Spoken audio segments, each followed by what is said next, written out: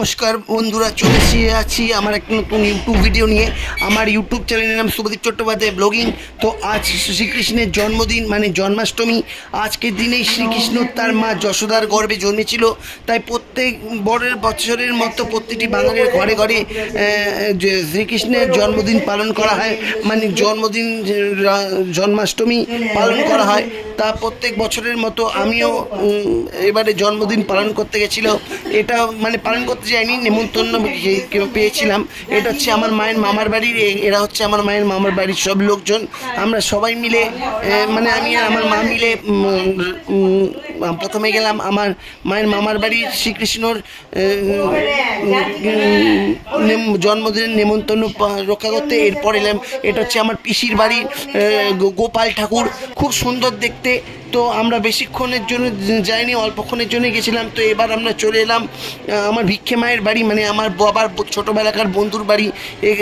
এদের বাড়িতে খুব বড় করে যে জন্মাষ্টমী উৎসব পালন করা হয়।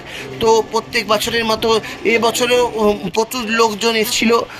এটা হচ্ছে আমার ভিক্ষে মায়ের ছেলের আরেক বন্ধুর বাড়ির রাধাকৃষ্ণ, মানে শ্রীকৃষ্ণের ঠাকুর। তো দেখতেই পাচ্ছ খুব সুন্দর সুন্দর মূর্তি। জানি ভিডিওটা খুব ছোট হয়ে গেল, তো কিছু করার নেই।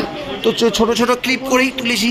বন্ধুরা, তোমরা অবশ্যই দেখো, ভিডিওটা দেখার সঙ্গে সঙ্গে লাইক, শেয়ার, সাবস্ক্রাইব অবশ্যই করো। নতুন করে এটা তোমাদের বলার কিছুই নেই। প্রত্যেকবারের মতো এ বাড়িতে, আমার এই ভিক্ষে মায়ের বাড়িতে জন্মাষ্টমী পালন হয়। হ্যাঁ, তো আমি আমার মা প্রত্যেকবার এখানে নিমন্ত্রণ রক্ষা করতে আছি। তো এসে খুব ভালোই হয়, অনেক নানা রকমের আইটেম হয়, খাবার দাবার হয়। আর আমার তরফ থেকে তোমাদের সবাইকে শুভ জন্মাষ্টমীর শুভেচ্ছা। তো দেখতেই পাচ্ছ জন্মাষ্টমী খাওয়া দাওয়া মানে শুরু হয়ে গেছে। অনেক কিছু করে, রাধা বল্লভী করে, তারপর